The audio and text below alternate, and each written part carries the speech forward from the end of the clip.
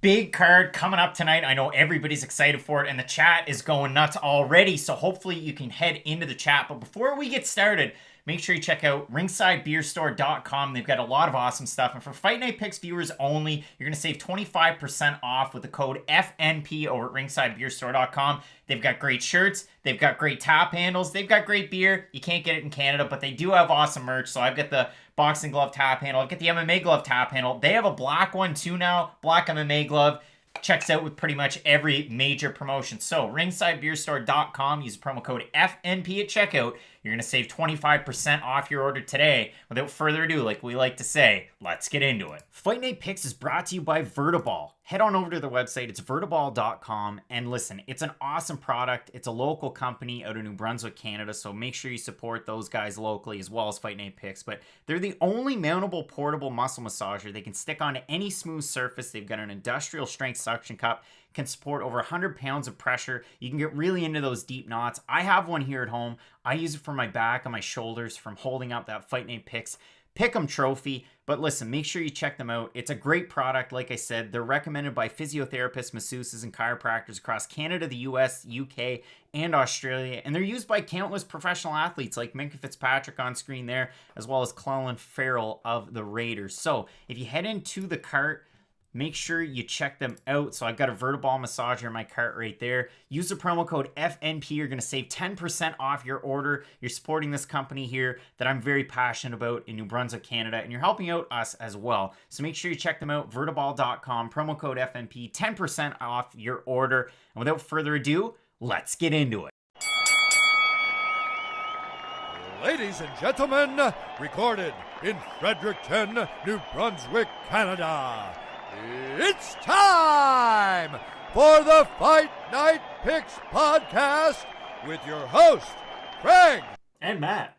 Alan. Oh boy, Matt, we've got a busy weekend Yes. coming up. I mean, everybody's excited for this card, and there's a lot to be excited about. You got a great main event, 135 pounds, and I was a little surprised the fact that Cory Sandhagen has remained the favorite that he has been all week long. A lot of people going with Cory Sandhagen. I see a lot of the people that are predicting this fight over on the internet, because yeah, why not watch them as well? A lot of them going with Cory Sandhagen. So it seems like you've got the hardcores going Sandhagen. You've got the odds makers that started with Sandhagen. It's awesome the way things have been moving. We've already got $20 in the super chat from GamerBot. Let's get into it. P.S. a personal trainer. Vertiball works. I use it for your hips and back daily. It actually does work. So, I mean, hey, it's pretty cool stuff. I actually have one right there. Look at that. So, make sure you check them out. And they're a local company out of Fredericton at New Brunswick, Canada. So, Matt, we've got a great card coming up. Like I said, the chat's blowing up already. I'll have an opportunity to go in and out. We got $5 from Nige, who's here every single week saying, you know what time it is, boys, just bleed.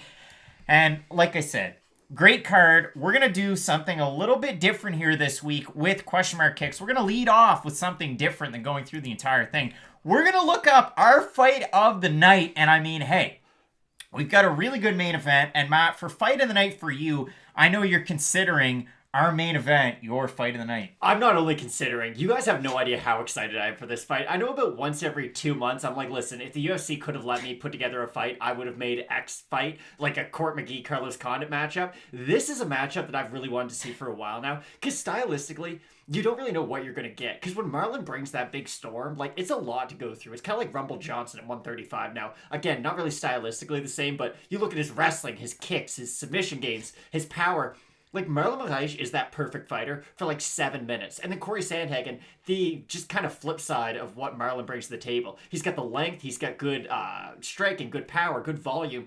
Cory Sandhagen's just kind of good at everything. The weird thing is, though, and I know we talked about this a lot, it's weird that he is the favorite in this fight. Because coming off of what many people consider kind of a title eliminator between him and Aljo, and not that, you know, Aljo's not good by any means, but it was just really surprising to see Sandhagen get finished so quickly. And for Marlon on the other side, he beat Jose Aldo in his last fight, so kind of interesting to see, but I'm so excited for this fight. I think it is going to be fight of the night no matter what. I know that's a little easy to say because they do get an extra 10 minutes to kind of show that they deserve fight of the night, but I couldn't be any more excited for this main event. If we need all 10 minutes. Now, for me, it's another great pairing. This one at middleweight, you have Dricus du Plessis making his UFC debut. I mean, former UFC champ, former KSW champ. You got KSW 55 going on today, and you've got Maluko Perez on the left-hand side. I mean, you saw this guy, especially at weigh-ins. He had that Joker face paint that, Matt, you had mentioned earlier on in the week. So awesome to see there. I see the $20 still in the super chat, but we have 10 from Anthony. Great card. Let's get into it. Appreciate you guys. Dogs will be barking. Egger, Al-Qaisi, Daukaus, Tybura, and Moraes. And Matt, there's a lot of people going with the underdogs. I'm not in this fight. I still have du Plessis, but we'll see as we move forward in this one who's going to get the win and what we're going to go with overall. But those for us, the 2 fight of the nights. We have Mr. Luxury with $20 in the super chat. Looking forward to these fights. Digging the new template. You got a lot on Moraes. That's awesome. And Lorthos the Legend. Let's go with the $10 in the super chat. So this is just a look at our fight of the night. Matt, you're going with our main event. I'm going still with the fight at middleweight between du Plessis and Perez. I think there's a lot of a good opportunity that we get to finish in that one. So we move back into it. We have $20 for Mike Peterson. Holy smokes. Who's the best underdog picks? Any underdog that could be a lock. I like Egger, Tybura, and Daukaus. I don't want to talk about, I don't really want to talk about locks. That never works for us. And ASD, yo, you should be on the left and the friend on the right. I don't know. Hey, I should have because I was looking there. We wanted to try something new, all right? Something different. So we're going to start the way that we always do with question mark kicks. Now we're a couple minutes into it, but we're going to go from the bottom of the card up through. You're going to get the prelims, you're going to get the main card, and then at the end we're going to go back over it once more. So we're going to start off with the first fight on the card, and you have an overwhelming favorite on the right-hand side in Tagir Ulanbekov, and it's one of those ones where... yeah, I mean, he's a huge favorite. He's a former Fight Nights global champ. I know that fight against Zhalgas Shumagulov, there was a lot of arguments as to whether or not Tagir Ulanbekov actually won that fight because it was in Kazakhstan and so on and so forth. Whereas Bruno Silva, coming out of a really good gym, and we talked about his head coach in the original prediction video, the fact that Eric Albarracin that you see with guys like the Pitbull brothers, with Henry Cejudo, is Bruno Silva the next double champ? I don't necessarily think so. And this is a fight where, like I said, Ulanbekov is highly favored in this fight. Do you have any difference of opinion in this one? Not really. Ulanbekov is a guy who isn't really getting the credit he deserves for being such a high-level prospect. And again, we were talking about Piotr Jan before this fight started. Like, he was kind of the last guy who, coming into the UFC, he didn't have this massive following, but you kind of knew that, okay, if he can start putting it together, he can really make something of himself. And I feel 100% that way about Ulanbekov. I just think he's got it in the bag no matter what. Yeah, I still have Ulanbekov in this fight, Matt. We had a look at it over on Tapology before the fight's even started, the fact that he's still an overwhelming favorite in terms of the votes over there. Now you have 2,567 votes, 93% going Ulanbekov, 56% predicting him by submission. If you look at the odds, again, Tagir Ulanbekov, huge favorite, open to minus 455. He's now at minus 502 over on best fight odds. It's tough to see a win for Bruno Silva. Again, wrestling's not that bad, but overall, it's just tough because Tagir Ulanbekov, such a long, rangy flyweight. His striking's quite good. I've heard a lot of comparisons between him and Zabit Magomedsharipov. The fact that he is really the total package. You probably saw that picture on Instagram where he and Habib about 12 years ago, growing up, training together. If we look over at Fight Night Picks over on Instagram for the votes, 162 votes for Ulanbekov to 34 for Bruno Silva. So again, going with Ulanbekov in this one as the chat continues to blow up. And we'll move on, Matt, to our next fight between Tracy Cortez and Stephanie Egger. And this is one where we had picked the underdog, or at least I had picked the underdog earlier on in the week in Stephanie Egger. She's a great fighter. I mean, yeah, the record, it's not great. I mean, only 5-1, but the fact is, I mean, just a super judo practitioner. Yeah. There were a lot of people this week that pointed to the fact that she beat Ronda Rousey in a true judo match. That's huge for sure.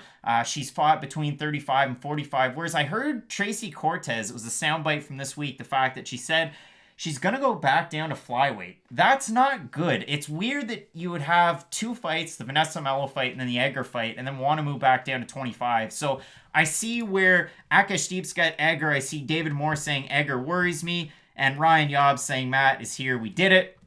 Of course you did. But overall in this fight, my pick doesn't change. I mean, Stephanie Egger Her striking's not the best. I would definitely give Tracy Cortez the edge there. I just want to see how Egger makes out in the UFC. I think this is a really good fight, but again, I still do like Stephanie Egger in this one. I agree. It's not that I don't believe in Tracy Cortez, but I just think her future is kind of better set at the flyweight division. You look at her at 135, and she is kind of undersized. She's not the biggest lady in that division. And her skill set, she's one of these fighters who does need to use her wrestling to open up her striking. She's not just going to go out there and kind of Ioane and Jacek, throw a lot of jabs, leg kicks, and then kind of work her way and build a rhythm. So I do think that there is a bright future for Tracy Cortez. I don't think this is her weight class. And Stephanie Egger, too.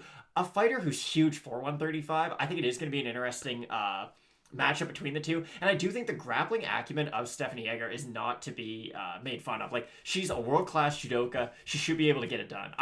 So are you switching picks? No. As an underdog pick, I do like Stephanie Egger. I just think that if Tracy Cortez does decide that, okay, I'm going to move back down to 125, I think her future's a lot brighter down there.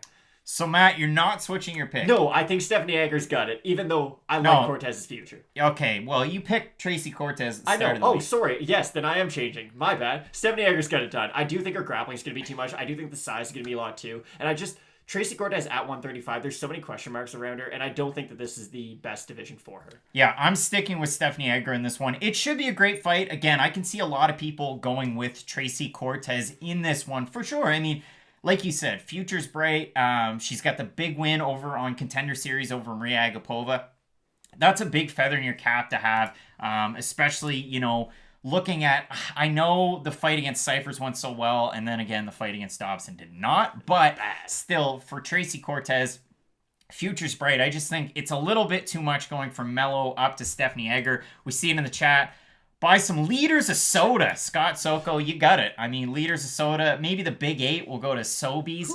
Oh, boy. All right, I'm going with Egger. You're going with Egger. You're switching the pick. I'm a bit surprised. Now, I don't often switch picks with Fight Night picks. You'll know that. It'll happen very rarely. This is actually going to be a fight where I will. Now, I already prefaced this at the start of the week in saying that Giga Chikaze was my guy. You talk about the kickboxing, you talk about the karate background, and the fact that training at King's MMA, he's going to get ready for this one, so on and so forth. And really, he's not a bad distance striker. The trouble is, you look at the knockout wins on his record, and they are against the saltiest of competition. So that's a bit of an issue for me. We've seen it too. I mean, the fight against Brandon Davis, split decision. The fight against Jamal Emmers, split decision. His last fight against Erwin Rivera, who was on very short notice coming out from 35 to 45, unanimous decision. And Chikaze looked good, but overall, he hasn't really wowed me in his UFC tenure. And I go back to that fight against Austin Springer that he had on Contender Series that he lost. He didn't look great. I know, he threatened a little bit on the ground, which is weird because your guy, Springer, I mean, he was a submission specialist, if you will, whereas Chikaze was the striker. It was a classic clash of styles. But if you look at Omar Morales, the guy is constant pressure. My worry was, and you can see the picture right up there, and I get asked this quite a bit, and I think I even talked about it in the original video, the fact that there's an asterisk there next to Morales. You can't see it because his arm's in the way, but he's fought consistently at 55. So I worried a guy who's 34 years old, moving down to featherweight, is it going to be an issue? Did he look great on the scale? Not so much, but he didn't look terrible, so it's not something that totally worries me. So overall, again, I'm going to go and switch the pick to Omar Morales, and here's why. The guy pressures great. He throws tons and tons of power. Not one of these guys throws, neither one of these guys are volume guys. Let's just put it that way. But you really have to worry. You got one guy with power that's not a volume guy. You got one guy that hasn't had a ton of power and hasn't done well when opponents back him up in Chikaze. So for those reasons, and the weigh-in, I'm going with Morales in this one. So I picked Morales at the start of the week. I'm not going to change my pick on this. Chikaze is such a weird fighter, though, because we always talk about how good of a striker is, But in the UFC so far, we really haven't seen it just yet. He does have that one thing that I like. I think of him as kind of a brick wall fighter. When you move forward, he's got knees and elbows that he just makes you walk into, and that just kind of stops you directly in your tracks. But the problem is we don't see enough of that volume. If Chikaze did have a slightly higher volume, if he was the one kind of going after the fight, I would be able to pick him. But Morales fought not Benito Lopez. He fought Mowgli in his last fight, and I thought he looked good. A guy moving up from 145, but a guy who I thought looks pretty good for the most part. Moraes was able to beat him, uses his wrestling, has big power. I just think if he can switch it up enough on Chikaze, he should be able to not put him away, but he should be able to get it done. Yeah, and I mean, a lot of people going with the decision in this one. If we look over at Fight Night Picks on Instagram for the votes, out of 276 votes, you have 123 for Moraes, you get 83 for Chikaze. It's one of those ones, again, it's a really tight fight. As far as the odds are concerned, Moraes a slight favorite here. Bridging on a 2-1. At one point earlier on in the week, he was more than a 2-1 favorite. Moraes open minus 135, now minus 178 over on best fight odds. So that's the way that we're seeing this one. It should be an interesting fight. As far as, the overall landscape at 145, do I see either one of these guys moving up and becoming a title challenger, or at least entering the top 15 and going on a run? Not so much, but it's a fight nonetheless. Pretty stacked division, though. So let's move into our next fight. This was another one where we talked about the weigh-ins. We talked about Tony Kelley's moving from 45 in his debut against Kamaka III down to 35, so you can see the asterisks there. Ali Al-Qaisi had a competitive fight in his UFC debut against the name that we had just recently mentioned in Irwin Rivera. One of those fights where Al-Qaisi, he's got that Kung Fu Sanda background. You see it with the wonky striking. Once he gets you down, and if he's on top, you really have to worry. For Tony Kelley, decent striking, decent all-around game. And then again, you look at him, and his submission skills are quite good. Oh, yeah. His striking with the Dement brothers, quite good. So I think it's going to be a really good fight. Overall, Matt, has your pick changed whatsoever? I still think Tony Kelley's got it done. He is a massive favorite, though, which is a little odd to see, but you really got to like his movement on the feet, and it's not often that you have a fight of the night in your UFC debut, which, of course, he had in his last one. So I think Tony Kelley's movement on the outside is going to be at least the key to this win. I just think Ali Al-Qaisi, he's going to have to close that distance at some point, and if you're dealing with a guy who has such good footwork, it's just going to be really hard to get your hands around him in the first place. So I do see Tony Kelley winning this one. It's hard, though, to pick just because Tony Kelley, you don't really know what you're going to get. It's hard to kind of set his ceiling. So I am going to pick Kelley, but this is one of the harder ones to predict just because Al-Qaisi, you don't really know what you're going to get either. So as much as Al-Qaisi is a decent underdog pick, I do think Tony Kelley's going to be able to get it done. And when you look at Tony Kelley's overall body of work from the regional scene, I mean, the Levi Miles fight, that's a really good one. The fight against Kevin Aguilar, it's crazy to think they fought for an LFA title. True. But again, that was about 5 years ago. And for Al-Qaisi, he was taking on decent competition over with Brave, and that's a good organization as well. I mean, such fighters as Keith Lee have come through there, but the Azitars as well. So overall, again, you look at the total votes, Fight Night Picks over on Instagram, if my phone will allow me. Out of 270 total votes, we got 141 for Tony Kelley. You get 60 for Ali Al-Qaisi. I could definitely see Al-Qaisi really trying to grind on him. I mean, at this point, Al-Qaisi opened the favorite, actually, minus 130. He's now a plus 158. And in total, out of the line movement over in best fight odds, the biggest mover this week, Tony Kelley, at a 53% clip. So it's pretty interesting there. If I can pop into the chat a little bit, Akashdeep says Ali is a good pick. Osti has Kelley by decision. And yeah, I mean, it should be a good fight. It should be a really close fight. I know a lot of people are pointing to the fact that Ali Al-Qaisi on the scale didn't actually look that great. I'm pretty sure he was one of the last guys to weigh in, or one of the later people to weigh in. So yeah, maybe keep an eye on that one, but I do still like Tony Kelley in this one. Now we move into a really interesting fight. So I prefaced the start of this video by saying my fight of the night's at 185 pounds. Dricus du Plessis taking on a really tough out in Markus Perez. Now this one, we have Kassangna taking on Joaquin Buckley. Holy smokes, there's a lot of people going with Joaquin Buckley. I saw the comments all week this week. A lot of people going Buckley. And Kassangna, he's a big favorite in this one, and he's too much of a favorite, in my mind, really. I agree, too, because with Buckley, the only time we've really seen him was the Kevin Holland fight. And yeah, you're going to get stopped by Kevin Holland every now and then. It's not the end of the world. Like, to give a guy Kevin Holland in his UFC debut might be one of the most rude things the UFC could do to a guy, and it just seems like he's kind of the guy who they like to match up their new up-and-comers with. And Kevin Holland beats a lot of good guys at middleweight. I'm sure he probably even beats a few ranked guys if you really wanted to be honest with yourself. Like, he's a great striker, he's got good power, and he moves well. And a guy like Joaquin Buckley, he's just... being on the outside, it's going to be hard to make it on the inside. I think Kassangna, we were kind of talking about this before, he's got that OSP type striking where he's not going to wow you with his volume and he's not going to wow you with his power, but he kind of does have both. And maybe not the best combination in the world, but when he does start to put it together and add in his wrestling, because you've seen it, he can become sort of a wet blanket style fighter. And again, it's not going to win you fight of the night a lot, but in Kassangna, he's the much bigger guy. I do think he has more power. I think he's a slightly better striker. And if he really wants to turn this into okay, I'm going to hold you up against the cage, I'm going to land some good shots, kind of wear you down as the fight goes on, I think he can fight it that way too. So I'm fairly high on Kassangna. I know he's not the most exciting guy you're ever going to see, but I do think he can move up this division a little bit, and I do think he'll be able to beat Buckley. And I mean, you look at Impa Kassangna's total record, 8-0 right now, had 6 fights in 2019 since he turned pro. Obviously won all those. And a couple of finishes in there. One over John Lewis, debuting fighter. One over Roger Pratcher, who was 1-1 at the time. I mean, then he comes in on Contender Series last year, picks up a decision win. Wasn't enough to get him a contract. Beats Anthony Adams this year by decision. It does get him a contract. Overall, though, and I see a lot of the questions, and Ollie, I'll get to your question as we continue on, but it's a bit of a pass. I see it as well there, the comment by Chris Lippens. It's a pass for me in terms of the fact that, again, the odds just don't make a lot of sense for Impa Kassangna. We look at them right now. He's one of a collection of favorites that I just don't see. It opened him -245. Now he's -253. I think there's definitely an option for Joaquin Buckley in this fight. I mean, you've got a southpaw in there that throws really hard. A lot of people liked his performance, actually, against Kevin Holland. I know you had mentioned it, too. We looked at the stats over in UFC Stats. So he was throwing the kitchen sink at Kevin Holland, which you have to if you're going to get a win on such short notice like that. He had fought the week before. So he goes in there, puts on a good performance, but the majority of his strikes landed to the body, which wasn't a huge surprise because he was at such a disadvantage in terms of length and reach. So overall in this one, I'm again, and I see a lot of people, it could happen 21, backflip.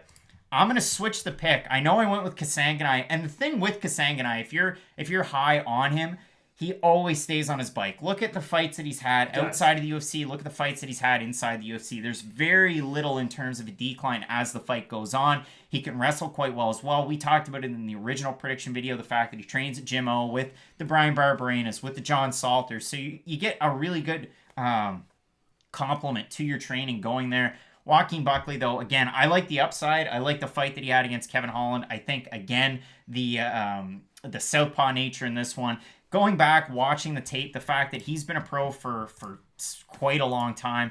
Again, a fight against Logan Storley didn't go well, but it's tough to fight a good wrestler there. I am a little worried about the size disadvantage, but overall, I do actually like Buckley in this one. Nothing scared me at the weigh-ins, and so I'm going to switch the pick to Buckley in this one. Matt, our next fight, this is one where everybody I've pretty well seen going with Chris Daukaus to get the win, which is a bit of a surprise to me because Rodrigo Nascimento, not Rodrigo, like we had said, and I put in the little disclaimer there, but Rodrigo Nascimento is a huge favorite in this one. And I mean, I get it, undefeated, trains an American top team with the Junior Dos Santos and so on and so forth, Marcos Rogério de Lima, but a lot of really high-level, bigger fighters. And for Chris Daukaus, a guy coming out of Philly. Now, I know in the original video, we talked about the fact that Nascimento has such a good ground game. In his last fight, he picked up a really big win over the boxer, Don'Tale Mayes. Now, Chris Daukaus, in his UFC debut, looked great against Parker Porter. But where does Parker Porter fall along the line of UFC heavyweights? Because you saw, guys ahead of him, like the Christopher Colombo, or like Cyril Asker, or like Anthony Freight Train Hamilton. Is he one of those guys? Is that what Parker Porter is? Yep. Or does he slot in a little bit higher? So Chris Daukaus, he put on a good performance. The thing that kind of weirds me out is the fact that Chris Daukaus, and Matt, this is where I want you to take over. Oh, don't worry. The fact that he's consistently been going down in weight. Now, again, a lot of people want to point to the fact that, he had that loss to Zhu Anyanwu on the CFFC regional scene. That was a fight that he was winning until he didn't. I mean, there was a point where I was surprised the referee didn't end that fight. So he loses that one. He beats Danny Holmes. Then he beats Parker Porter. But if we look at the weigh-ins, so he weighs in for the Zhu Anyanwu fight, 250. Then for Danny Holmes, he's 256. Then for Parker Porter, 241. Then for this fight, 227, and Nascimento weighed in at the heavyweight limit of 265. Do you think that is going to pay dividends to Nascimento, or is it going to be a big advantage for Daukaus, where we've seen a lot of heavyweights coming in, really technical, lower in the weight class, and is he going to find success there? I think this is one of the few times we're looking at a weigh-in. I'm like, okay, the heavyweight coming in lighter is actually going to do fairly well. And again, you kind of mentioned it. Every champion we see in the heavyweight division, and I'm not saying Chris Daukaus is going to be your heavyweight champ, but it seems like when we do see the higher level guys or those championship quality guys in heavyweight, they weigh like 230 to 245. That's kind of the sweet spot in the heavyweight division. I think Chris Daukaus' black belt jiu-jitsu is going to come up in this fight because Nascimento will get him to the ground at some point. It really just matters, can Chris Daukaus either A, scramble and get back up to his feet, or is he going to try to scramble and could he get an arm or a neck caught while he does that? This really reminds me, though, when Daniel Cormier first came over to the UFC, and he was, Strikeforce heavyweight Grand Prix champ, and then you start to see that he's changing his body a little bit. He's weighing like the 250, and then he's moving down every fight, and he's weighing a little less every fight, a little less every fight, a little less every fight. And then by the time he fought Roy Nelson, he was at like 228, 230-ish, and he was like, yeah, Joe, I'm moving down to 205. I'm not saying we're going to see a Chris Daukaus at light heavyweight, but I really doubt you're going to lose all that weight if you're going to plan on staying at heavyweight, or unless he knows something that we don't, and maybe the UFC is going to introduce a cruiserweight division at some point. But I do kind of like that. I do like when my heavyweights kind of figure out, like, hey, maybe if I'm just in better shape and not bigger, I might be better at this whole fighting thing. We saw it with Stipe. I mean, Stipe went from weighing in at like 242 for the first fight against DC, and then he lost like 7 and 8 pounds, and then you're like, wow, just that little bit of a shift can really help your speed. And I think Daukaus' hand speed and footwork anyways, for where he used to weigh at in the 240s, was really impressive. So now we have a lighter Daukaus against Nascimento, who's at the bigger end of heavyweights. I think it'll be a really fun fight, but again, and we can both agree on this, it's going to come down to, can Nascimento get Chris Daukaus to the ground? And once it ends up there, what's going to happen? I mean, you look at it, Chris Daukaus, black belt in jiu-jitsu, so is his brother. He is Kyle's brother. And for Nascimento, black belt in jiu-jitsu as well. So can the bigger guy take the smaller guy down? We're just going to have to wait and see. So this is where it gets interesting, because this is, again, one of those passes for me. The odds don't make a lot of sense. I mean, Rodrigo Nascimento opens a -310 favorite. Now he's a -250. So if you look at it in terms of total line movement this week, Chris Daukaus, the lines moved on him about 21% over on Best Fight Odds. If we have a look at the total votes, Fight Night Picks, at Fight Night Picks on Instagram, 131 votes for Nascimento to 74 for Chris Daukaus. I'm a little surprised on that one. I know we went pretty hard in the paint overall, but it was one of those ones where, what are you really going to get? Can you really be all in on Nascimento with a guy that's 8-0, that's beating decent competition? Like, for me, you look good against Don'Tale Mayes. Well, that's awesome. Cyril Gane looked awesome against Don'Tale Mayes. Matt was worried when he took him to the ground, but holy smokes, did he ever look good? But overall, in this one, I'm ever so slightly wanting to take Chris Daukaus. I don't even want to make a pick, because we both had Nascimento. For full transparency, we both had Nascimento at the start of the week. But again, the reason why we have this show at the end of the week is so you can factor in the entire week plus the weight cut yesterday. Are you going to switch your pick? Because this is one of those, again, it's a pass, so I wouldn't go with it. Ugh. This is one of the... I want to pick Chris Daukaus, but I'm not going to. I think Chris Daukaus could spring the upset. I think he's got a really good chance to get the win. I'm so curious to see how he fights coming in so much later. But Nascimento, you have to think, there's a reason in boxing, going to go on a bit of a tangent. In boxing, you have so many multiple world champions because weight doesn't matter as much when it comes down to striking. Weight really matters a lot when it comes down to grappling, though. And if Nascimento is able to get on top of Chris Daukaus, really hold him down, train some of that cardio and some of the footwork that Daukaus is known for, I do think Nascimento will kind of slightly pull away as the fight goes on. So, again, it's really tempting to pick Chris Daukaus in this fight. I just don't know if he'll be able to get it done. All right, I'm going to stick with Nascimento. You're going to stick with Nascimento. Maybe, the pick will stick us, but we'll see what happens. Into our next fight, Tom Breeze taking on the Canadian KB Bhullar, and I see a lot of people out there that are riled up about KB Bhullar. Mr. Thompson, can I get a let's get into it? Yeah, you can. Yeah. KB Bhullar, again, great striking. We see him training at Hayabusa in Edmonton, Alberta, Canada, and overall, it should be a good fight. There's two things at play here. And again, from watching just about everybody this week, I see some people taking Breeze. I see some people taking Bhullar. Breeze is way too big of a favorite in this fight. There's no reason why Tom Breeze should be as big of a favorite as he is, considering he's coming off that finish loss to Brendan Allen. Now, Breeze open minus 215. The line fell on Breeze quite quickly. Now it's coming back up. Money coming in on Bhullar, and Breeze the minus 230 favorite. That's too much for Tom Breeze, especially when you look at the fact that, yeah, he looked great. The Dan Kelley fight, awesome. Moves up from 70 to 85. Exactly. Looks amazing. Tom Breeze at the weigh-ins looked good. Standing side by side, he looked good. Bhullar as well. But again, we looked at KB Bhullar and we watched some of the fights from the regional scene. And again, credit where credit's due. And Sean, if you're out there, Sean Bitter from Cage Side Press, listen, I saw the welcome to the UFC for KB Bhullar, and Sean really high on KB Bhullar, really high on his striking too. Gave him an A- rating, which I thought was really surprising. And if he sees it that way, then, I mean, hey, you got to listen to what he's saying. I see Akash Deep is saying that Bullar's a solid dog with the anxiety of Breeze. That's where it gets a little tricky for me. You don't know what you're going to get out of Tom Breeze, so there's no sense in, putting too much stock into this fight. I think that those odds are too juicy on either side, really. They're way too skewed for Breeze at this point. I'm going to stick with Breeze as the pick because in that fight with Matt Dwyer, I was not overly impressed with Bhullar. I mean, I know it's a 5-round fight, but the gas tank wasn't there. The striking wasn't overly dynamic. It was one of those ones where he could get caught by Tom Breeze if he's pushing him forward. He could get caught on the ground by Tom Breeze. But again, the odds don't make a lot of sense here. They don't. Tom Breeze at his best was against Dan Kelley, and that was like 2.5 years ago. It's really hard to predict that a guy who's like a 3-1 favorite is going to come out here and win the fight. Now, Tom Breeze at his best, I do think is really good. I think he has good striking. He's got really good elbows, and he's got underrated wrestling too, because a lot of people just assume, well, he's British, he can't wrestle. But he has good offensive and defensive wrestling.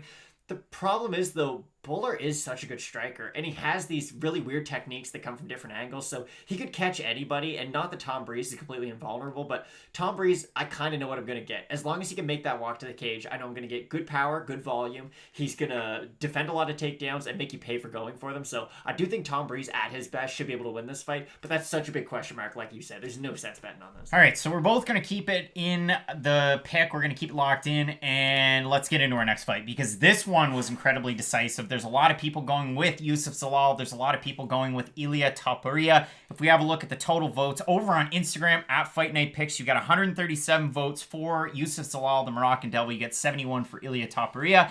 And Matt, this is where we differed on our total picks, because I took Ilia Topuria. You look at his last fight, great knockout win. You look at his submission win over Brian Boulan, and the fact that, again, on the regional scene, whether it was Cage Warriors, whether it was Brave, wherever it was, out of his 8 wins, all of them by finish, 1 by knockout, and again, he had 7 by submission. So he's looked really good, but he hasn't fought the greatest level of competition on the regional scene. I know a lot of people were quick to point that out. I think he had a win over a guy that was like 3-21 at one point. So, yeah, I mean, you get experience. We've seen it where people have come into the UFC and we've kind of ragged on the fact that they didn't fight good competition. Then all of a sudden, holy smokes, they look amazing. And I saw somebody out there, and I had to go back at them saying, Youssef Zalal, he's fought guys like this, so on and so forth. Topuria hasn't, whatever.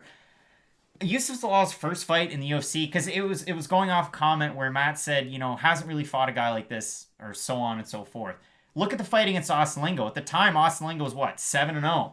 Ilia Topuria, 8-0. They had similar finishes, this and that, and I keep saying this and that. But overall, Youssef Zalal put on a really impressive performance in that one. The Jordan Griffin fight worries me, and this is something that I saw in the comments as well. And I see it could happen 21. That was me, LOL. I'm not pointing you out. But if you look at the fight against Jordan Griffin, Griffin could take him down.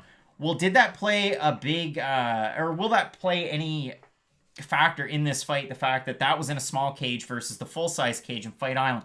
I don't really think so, but I do think that Ilia Topuria, he's going to be able to, A, close the distance, and B, move in close. You see his double leg, you see all of his takedowns. Again, I see Branch above. Zalal looks super confident going into this one. A lot of people look confident. I'm not trying to point you out. And for a lot of people going with Youssef Zalal, I can see it too. Listen, this is one of those ones, we talk about this. You got the popcorn, you got the pop. I'm going to go with Mountain Dew, I guess. People have been asking what kind of pop. We'll go with Mountain Dew. But overall, this is one that I'm going to sit back and enjoy, because Ilia Topuria, you got to worry about the submission ability. Youssef Zalal, so well-rounded. Exactly. Now you're going with Mountain Dew. I guess I'll go with Dr. Pepper and Yusuf Zalal because A, it's the better pop, but also Yusuf Zalal's the better fighter. I think he can stuff the takedowns. I do think on the feet he is going to give Tybura some trouble, just especially the leg kicks and the body kicks. I do think the kicking game of Zalal is something that we don't talk very much about. But the whole small cage, large cage debate, I don't think it matters as much as people think. I think it just brings people a little closer together. I thought if there was ever a fight that would really show the contrast between a big cage and a small cage, it'd be Stipe DC, and it didn't. Like, DC said going into that fight, I'm going to wrestle him. And it was in a small cage, so you would think, hey, if you wrestle him, you're going to have more success. I don't know if it plays as much of a factor into fights as we think it does, or if it's more of a mental thing. Again, maybe it does. But I just think Yusuf Zalal, like you had mentioned, the well-roundedness, the fact that he can fight on the ground if he has to, he can scramble to get back up to the cage or get back up to his feet, and he can fight at any stage of the fight. So I do think Yusuf Zalal is gonna be able to get this one done. Dr. Pepper for the win. That's what we like to see. GamerBot hitting us up in the super chat. Dr. Pepper for the win. Matt the Mick, you're here just about every single week. We appreciate you too in the super chat because it's going nuts over in the chat, and we have more fights and not a lot of time. So we move into the next fight. Oh my goodness. I don't see Alain Baudot.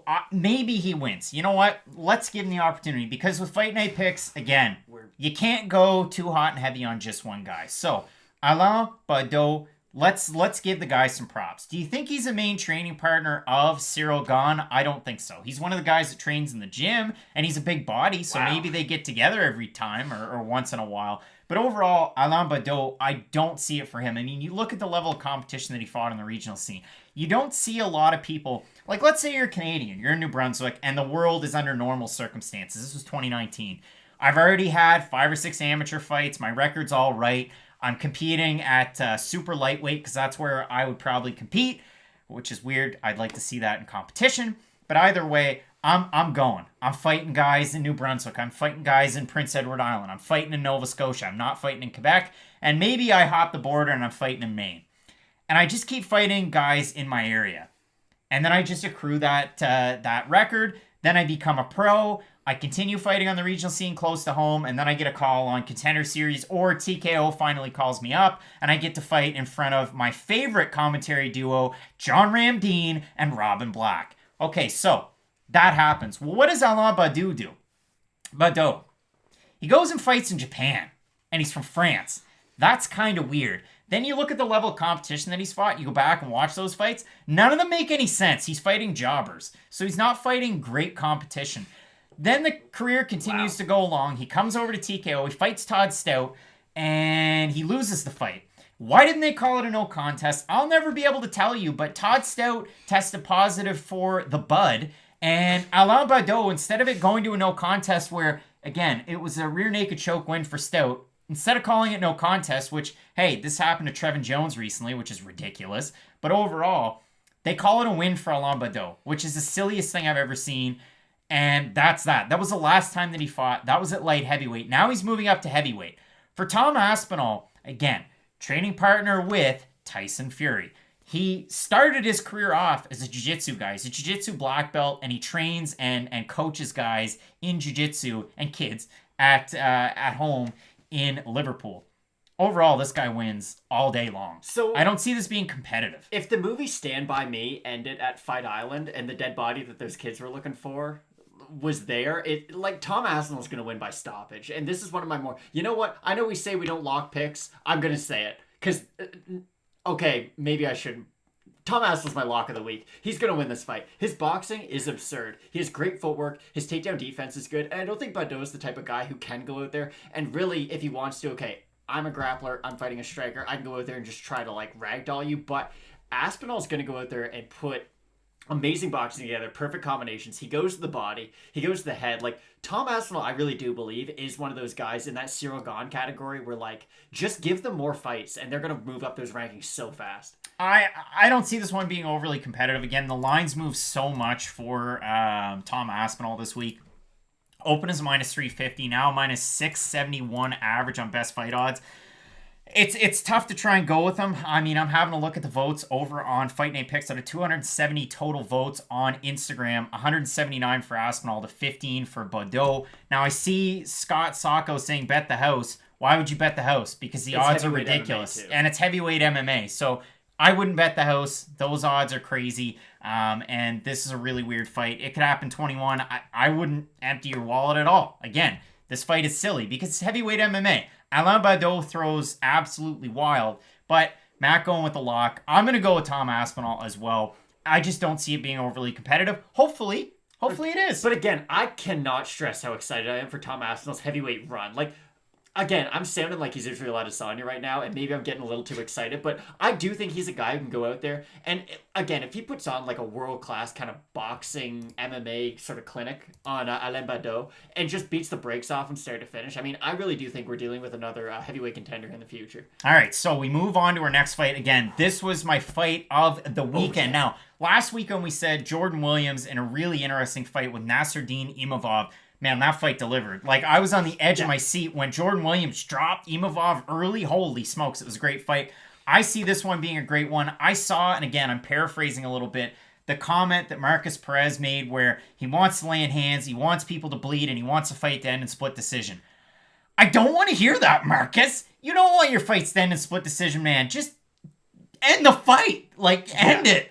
That's not good. Dricus du Plessis is a finisher now. His last fight was kind of like here, Dricus, here's an opportunity to fight. You're going to fight a guy that's 3-0, and you've already had the 2 fights against Roberto Soldic. Now, for those of you that don't know Roberto Soldic, I'm sure they're going to be talking about him on the program today with KSW 55. But the guy is an absolute missile launcher. He's an amazing fighter to watch. He's trained at TriStar in the past. Has TriStar the best fighters lately? No. Ici au Quebec, ça va. But in this one, I mean, Dricus du Plessis has so much experience. He has so much firepower. He is one of those guys that will give one to take one, which worries you a little bit in this fight. But overall, I like the power out of du Plessis. And we talked about this in the original video, when he gets rocked, he'll revert to wrestling and he can get the back. Even though he's still rocked, we've seen him do things like that in the past. I really like the overall fight IQ of Dricus du Plessis. If he walks out there with his head straight out, I'm going to be incredibly worried. But I really like Dricus du Plessis in this fight. I like Dricus du Plessis, but I don't know if I'd say his fight IQ is really good for a guy who's more than happy to take a shot to give a shot against a guy like Roberto Soldic. And again, Soldic is better than Markus Perez. I'm fully happy with saying that. I believe that with every ounce of my body. The difference is Dricus du Plessis, in the Soldic fight, it was just like 2 gunslingers. And it was one of those fights where it's like, okay, I'm going to throw bombs, you're going to throw bombs. We both have pretty good chins. Let's see what happens. And that was both of their fights. Now, you're going to win that game. You're going to lose that game, especially against a guy like Soldic. But I think du Plessis is going to come out here, probably beat Perez pretty bad. Because Perez is an interesting case. And I like that you brought it up, that he had mentioned, like, oh, I want to have these crazy stand-up wars. Half his wins are by submission. Like, the majority of Perez's wins are by submission. So for that to be your mindset coming in to fight Dricus du Plessis of, oh, let's go out there and just throw hands this fight. I hope that's not his game plan. Maybe that's just what he's saying to go for a takedown. But I do think Dricus du Plessis, he's going to be able to run away with this fight. I have a really high ceiling for him in the UFC. I expect a lot of great things out of him, and I do think this is the first step on a great journey for Dricus du Plessis in the UFC. Yeah, I've got du Plessis in this one. If we look over at Fight Night Picks on Instagram, at a 270 total votes, 158 for du Plessis, 39 for your guy Markus Perez. I guess that's actually not out of total votes. That's out of views because I can't do math sometimes. All right, yeah, I still have du Plessis in this one. Now, in our next fight, man, listen, a little bit inside baseball. People did not watch this video where I started it out and said, hey, this fight sucks. So apparently I have to fake that I really like some of these fights. Now, heavyweight fight between Big Ben Rothwell and Marcin Tybura. I'm still not overly excited about this fight, so if the views drop off, they do. But overall, you got Ben Rothwell weighing in near the top half of the division. Marcin Tybura as well. Height, reach, everything-wise, we're all pretty tight in this one. So you've got Ben Rothwell with almost twice as many fights, if not more. You've got Marcin Tybura with the experience from M1 Global. In the UFC, it's been a so-so run. Good win over Maxim Grishin in his last time out, who was a blown-up light heavyweight on short notice. It's a tough one for me. To me, it's a push or a fade, whichever type of lingo you want to use. Because Ben Rothwell, he's just a slight favorite, open -105. Now he's -142 on best fight odds. This is low-ish level heavyweight MMA at its finest. These are like 10 to 15 guys on their best days. I'm gonna stick with the Ben Rothwell pick. But overall, it's probably one of the least confident picks on the card. So yeah, Ben Rothwell, his key to victory is just kind of out-volume Marcin Tybura. We've seen that in the past. That's kind of the game plan to beat Tybura, to be honest. But Marcin he is a good grappler. And I know a lot of people say he's boring, and they're not wrong by saying that. It's not like he's a guy who's going to attack the submission or try to get into this great position and go for a lot of big ground and pound like a Khabib-type fighter. But he is going to stay on top of you, do enough to not get pulled up by the ref. And again, if that's the thing that I'm saying to get you guys excited for this fight, it tells you how this fight's going to go. But I'm going to pick Ben Rothwell. I think the experience, I do think the takedown defense is going to give Tybura problems. I just think on the feet, he's slightly more well-rounded. So how about we just move on and talk about an amazing co-main event? Well, if we look at the picks over on Instagram, we've got 153 total votes for Rothwell. That's good for 75% of the votes. Not a lot of people going with Marcin Tybura.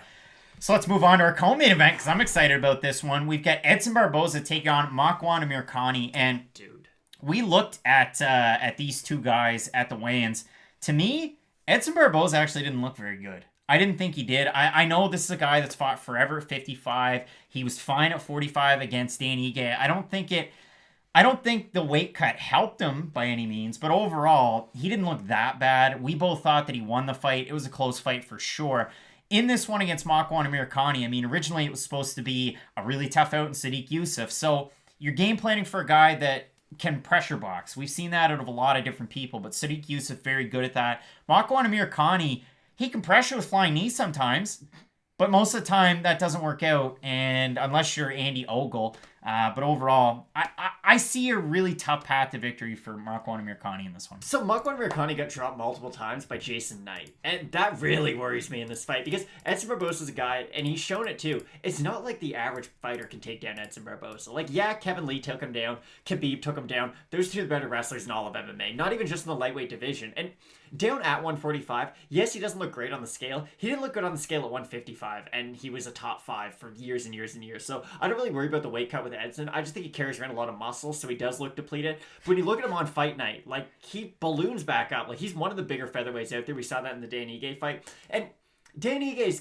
he reminds me of Ally Quintus, sort of, for the division, where he's a good baseline fighter. He's got good power, he can do everything, and he's an exciting guy. But I did think Edson won that fight fairly cleanly. Like, he dropped him, he was doing all the damaging shots. And if you get dropped by a guy like Jason Knight, yes, Jason Knight's probably a better grappler than Edson Barboza in a pure jiu-jitsu sense, but his stand-up's nowhere near the level of Edson Barboza. And 1-5 in his last 6 or not, I think Edson's going to knock out Makwan Amirkhani. Way too big of a favorite for me. I mean, Barboza opened at minus 180. I would have liked him there. I missed out on him. Now he's a minus 260 favorite. For Makwan Amirkhani, open plus 155. Now at a plus 211 over on Best Fight Odds. Now, if we look at the total votes at Fight Night Picks on Instagram, 152 votes for Barboza, 54 for Amirkhani. It's tough. I mean, I see over in the comments from Chris Lippens, Makwan 6-2 in the UFC.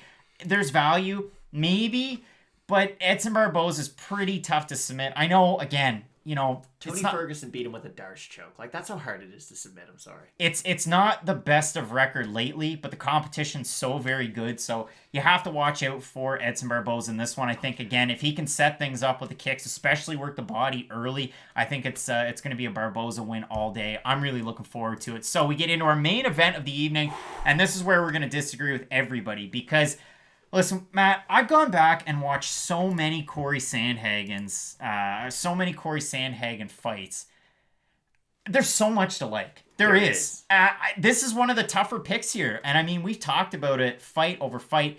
The fact that Cory Sandhagen, is he like a Dominic Cruz 2.0, or is he even more than what Dominic Cruz could do in his prime? I don't know, but he's such a wonky striker. He moves so weird. He can throw so many different things. You never know what it's going to be. And you had mentioned a combination before we started, and I'd like you to share it here now. So, Cory Sandhagen in the fight against John Lineker, it was a really interesting fight. And again, I know John Lineker's not in the UFC anymore, so maybe if you are a newer fan to MMA and to the UFC, it's not the most recognizable name. But there was about a 3 to 4 year stretch of just absolute terror between flyweight and bantamweight, and it was known as this guy named John Lineker. And yes, he barely ever showed up healthy for fights, and yes, he missed weight a lot. But guess what? When he fought, you watched, because all he does is throw overhand lefts and rights. And Cory Sandhagen at the start of that fight, he was hitting him with these like really nice jab combinations, switching stances, hitting him with an uppercut and exiting, and you're like, oh my goodness, this is going to be a masterclass. But as that fight went on, I do think the output of Sandhagen can kind of be a detriment to him. Now, maybe he has kind of shored up that hole in his game since then. I think in the Assunção fight, his cardio looked phenomenal.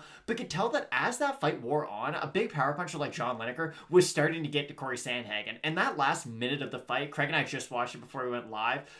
Basically, John Lineker lands overhand left, overhand left, overhand left, then like an overhand right. You can tell he kind of has Sandhagen a little stunned. Shoots for a takedown, gets Cory Sandhagen in a guillotine, and basically Rick Story Damian Maia's nose. Like, just blood spewing out of Cory Sandhagen's nose. Now, the third round immediately ends. Split decision, Cory Sandhagen wins. But if John Lineker can put you down and hurt you and get you in a guillotine, I mean, what's Marlon's two best positions? He's an insane power puncher, and if he gets you in a guillotine, if he can submit Rafael Assunção, he can submit Cory Sandhagen. Now, I don't think his game plan is going to be the Aljamain Sterling game plan, which is I'm going to throw a couple jabs, catch a kick, take him down, and choke him out in 2 minutes. That's not really the Marlon style, but Marlon's submissions are normally set up from his striking. If he can hit you with that leg kick, if he can hit you with a body kick, if he can slow down Cory Sandhagen and keep him in front of him, I do think the power of Marlon's going to get to Cory by the end of the fight. And the Jose Aldo fight, I know Marlon won it. A lot of people thought he didn't. At the time, I thought Aldo won, but it's as close of a draw of a fight as you can get. It was a phenomenal fight, though. Marlon in that third round against Jose Aldo, and I still think Aldo's pretty good.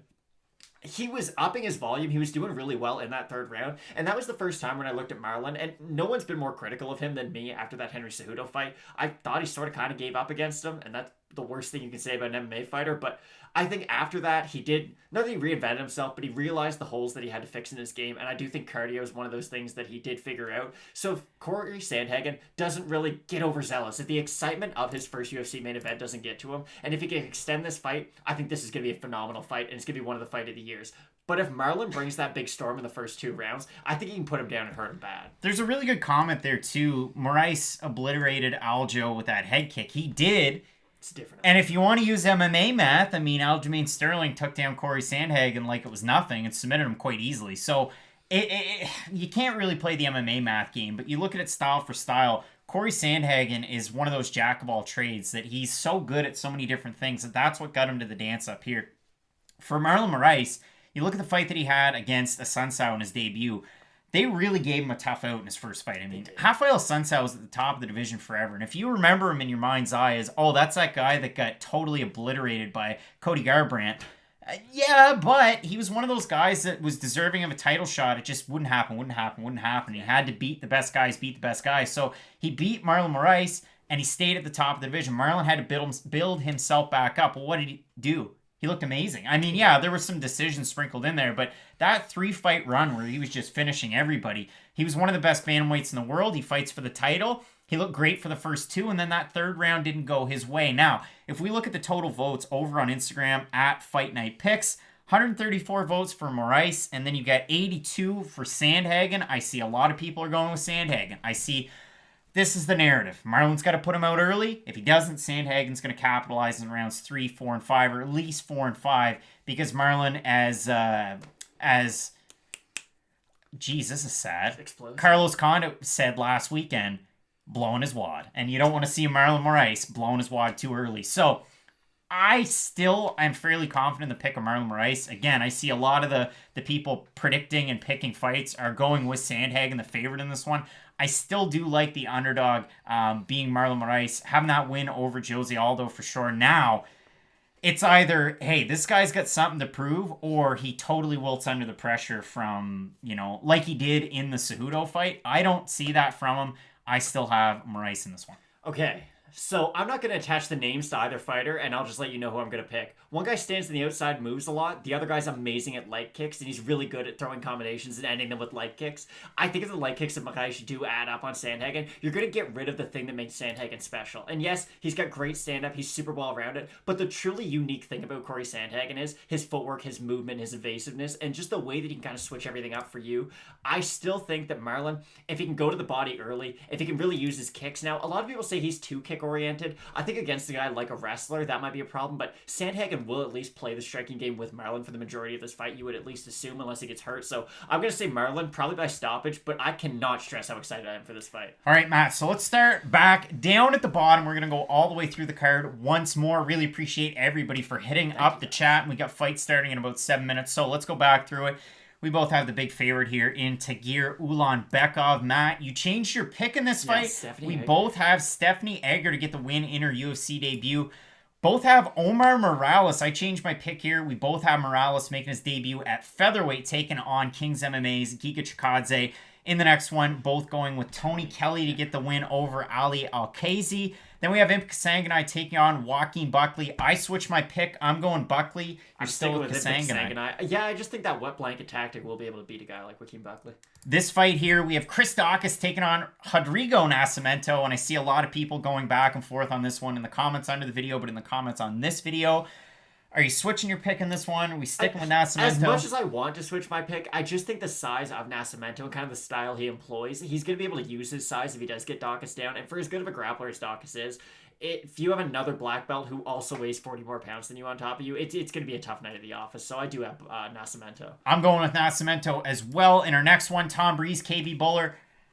So many question marks. Enjoy this fight. Too many question marks. We'll go Tom Breeze, but if I closed my eyes and woke up and KB Bhullar won, I wouldn't be overly surprised. I mean, I didn't see enough out of KB Bhullar in the regional scene, paying my hard-earned cash money, to watch Fight TV videos of KB Bhullar, but overall, I didn't really love what I saw, but I do think there's upside for the Canadian here, but still going to stick with the Englishman and Tom Breeze. We move into our next one.